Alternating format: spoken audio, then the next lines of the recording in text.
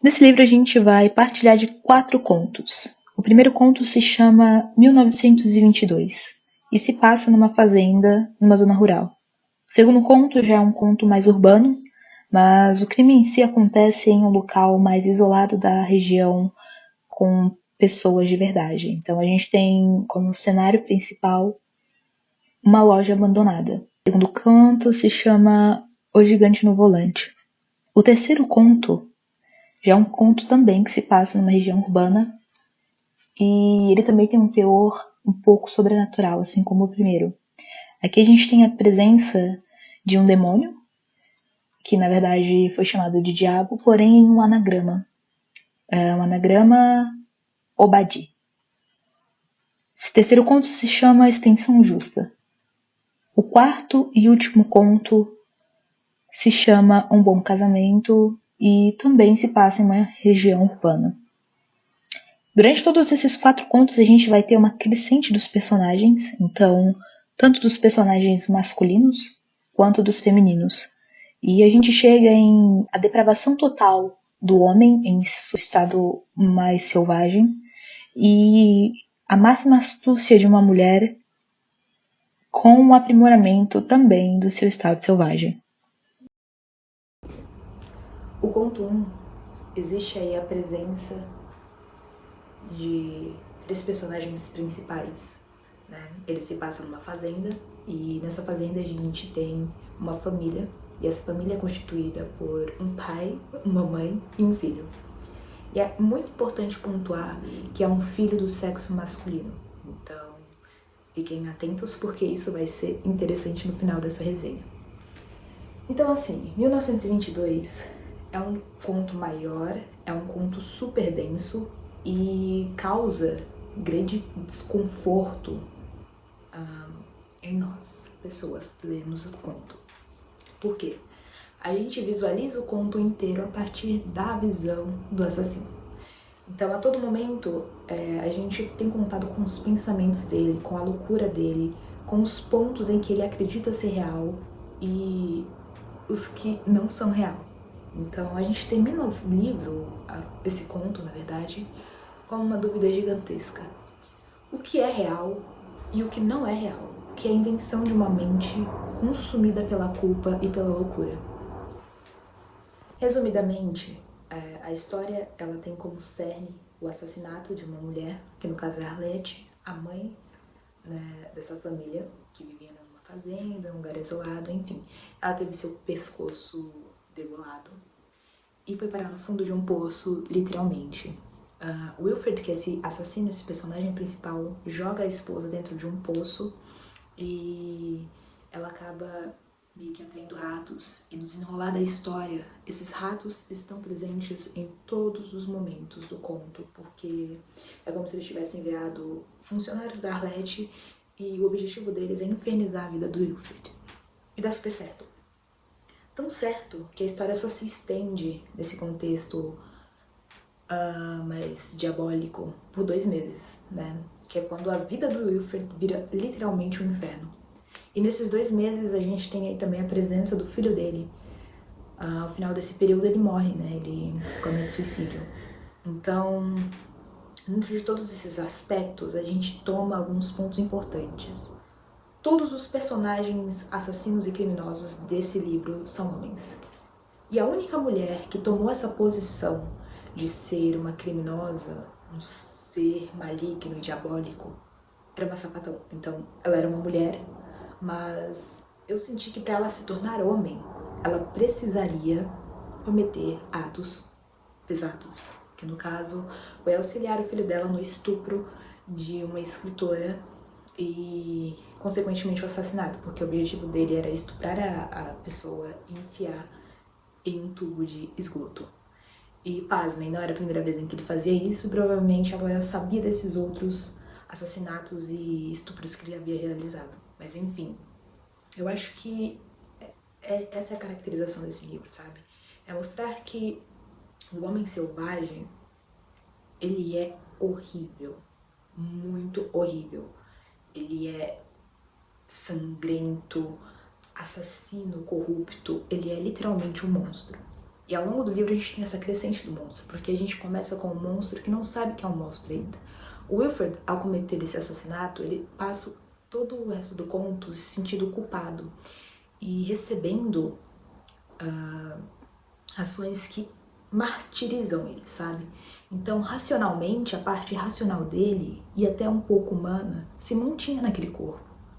Ele tinha um amor pelo filho e os atos que ele tomando a partida do filho como ajuda, estragaram a criança, sabe? E daí virou uma pessoa que só durou 2 meses, né, após o assassinato da mãe, e que se foi. E junto com ele se foi o Wilfred também, sabe? Então, nesse primeiro conto a gente tem essa dualidade, né? Entre o homem selvagem, no seu cerne, na sua base bruta, e essa questão de raciocínio que ainda existe um pouco nele, sabe? O que torna ele humano. Então, primeiro conto, existe a presença dessas duas coisas, mas uma pesa mais que a outra, e no final ambas se misturam e o Wilfred fica louco, pelo que tudo indica. É genial como nesse primeiro conto a gente se torna muito refém do personagem principal, porque a todo momento a gente tenta justificar os erros dele e não precisa de justificativa. Ele é o que é, ele deveria ter sido julgado, mas ao longo da história ele nos convence de que se as coisas tivessem sido de formas diferentes, de circunstâncias diferentes, ele não teria cometido os mesmos atos. Então, a todo tempo a gente é manipulado, da mesma forma em que talvez ele se manipulava para poder transformar a vida dele em algo palpável e continuar tentando dar sequência a ela. Mas no final não dá certo, ele comete suicídio, pelo que tudo indica, né? Tem aí um mistério gostoso e a gente termina com uma dúvida, será que ele se matou, será que ele foi assassinado? Não sabemos, cada um tira as suas conclusões e eu fico aqui, não sei, gosto das duas, trabalho com as duas hipóteses. No conto 2, então, já tomando aquela spoiler de comparações, a gente tem o estupro e a tentativa de assassinato contra uma escritora. Ela era uma escritora razoavelmente bem no meio literário e foi convidada para participar de um evento, né? E ela foi chamada de última hora. E ela sempre fazia esses eventos por uma questão de guardar dinheiro para poder poupar para a aposentadoria. Então, era um valor aceitável. E era um evento rápido, assim, ela não precisaria passar a noite fora da casa dela, então ela conseguiria ir e voltar. Só que a trajetória da casa dela até esse lugar era distante, sabe? Tinha alguns quilômetros para serem percorridos e ela fazia essas viagens com o carro dela sozinha. Ponto interessante. Então ela recebe essa proposta, aceita essa proposta e vai. E foi super agradável, sabe? Geralmente ela disse que se sentia normal nesses eventos, não tinha nenhum pico de excitação com relação à animação, sabe? E nesse evento ela se sentiu animada, ela se sentiu acolhida pelo pessoal que tava lá. E quem recebeu ela, a dona dessa livraria, desse lugar literário, não sei afirmar se de fato é uma livraria, foi uma senhora que tudo demonstrava que era uma sapatão. Daquelas firmes, sabe? Que você fala, certeza que é. Então, tinha um sapato grosso, cabelo rente ali, bem cortado, usava uma jaqueta preta. Enfim, a parte da jaqueta preta eu não sei se é real, ou talvez foram coisas criadas no meu cérebro, mas o resto é verdade, é verdade. Então ela recebe, ela trata essa escritura muito bem, e no final ela dá uma dica pra escritora reduzir o número de quilômetros que ela teria que fazer até chegar na casa dela. Então, ela dá um atalho e induz a escritora a pegar esse atalho, sabe? E ela faz isso, ela pega esse atalho e chega de fato mais cedo na casa dela. Mas voltando, ela meio que passa por um conjunto de pregos que estavam bem estabelecidos nessa estrada. E os pneus do carro dela estouram. E aí a gente entra naquele filme Doce Vingança, que, pelo amor de Deus, é absurdo. É tudo muito absurdo e você fica, meu pai amado. A questão aqui é que a gente literalmente está dentro da cabeça da personagem. E é muito agonizante. Porque a gente acompanha o estupro, a gente acompanha o pós-estupro, a gente acompanha as inseguranças, as incertezas, os medos, as dores, tudo. A gente vive o sofrimento da personagem. Então, esse negócio que tava no chão, cheio de pregos, Ele foi colocado lá propositalmente para que ela passasse e tivesse seus pneus furados. E aí a gente já conhece a história, né? Então chega essa pessoa, esse homem, eu já tiro aquela parte racional, lembra da nossa balança? Enfim, aquela já não existe mais, ela foi com Deus. E a gente só tem o lado bruto. E é um lado bruto que não tem nada de racional, entende? Não tem essa questão, esse insight de raciocínio. É uma coisa que se tornou tão animalesca que ele só preda a mulher e dá um jeito de esconder o corpo para não deixar extremamente explícito onde ele tá. Então, esconde em um lugar muito, né, que seria um tubo de esgoto, ali bem próximo do local onde aconteceu o crime. Então, é forte, muito forte esse conto. Pra mim, ele é o segundo pior de todos, com toda certeza. Porque ela descreve ele, sabe, o cheiro em que ele tem. É um homem grande demais e tem um cheiro horrível de suor e é extremamente nojento e bate muito nela, machuca demais ela e joga o corpo dela num lugar qualquer, assim. E nem se dá o trabalho de checar se ela está viva ou não. Porque quando ele coloca ela lá, ela meio que tem que fingir que tá morta, né? Então tem que segurar a respiração e evitar a qualquer custo um movimento. E é muito agonizante porque eu fico imaginando, sabe? Você tem que fingir que não está vivo, você não pode respirar. É tremendamente absurdo. E mesmo após ele deixar ela fica com dúvida com relação a se ele está ou não ainda lá, sabe? Se ele tá esperando ela só abrir um pouco o olho pra verificar que ela tá viva e matar ela de verdade. Então ela passa horas nesse momento angustiante e a gente sofre com ela. E assim que ela toma consciência de que não, ele não tá lá, já se passaram horas e a nossa cabeça tá doendo, sabe? A gente tá com uma angústia gigantesca. E daí a gente vai, por favor, você consegue. E se coloca na posição dela a todo momento. É horrível. Enfim, quem já assistiu Lei e Ordem sabe mais ou menos o que se passa. Mas é que você é literalmente a vítima. Então a gente vê pelo lado em que é o mais difícil, sabe? E no estado em que ela se encontrava, ela só queria se limpar, sabe? A todo momento ela fica pensando em como ela está suja e o cheiro de suor e todo lugar, todo ambiente. E nós no lugar dela, a gente também só quer se limpar, sabe? Você vai lendo isso e você fica com vontade de tomar banho, sério, de se esfregar a beça. E é o que ela faz. Então, ela chega na casa dela, tranca todas as portas, ativa o alarme e vai tomar banho e se esfrega muito, muito, pra se limpar de fato. E daí ela comenta, né, que a água tava muito quente e ela ficou o máximo de tempo que ela conseguia dentro daquela água quentíssima. Então, a gente tem essa personagem muito fragilizada que está completamente maluca. Durante a história, isso é um fato importante, ela sofreu muita agressão, né?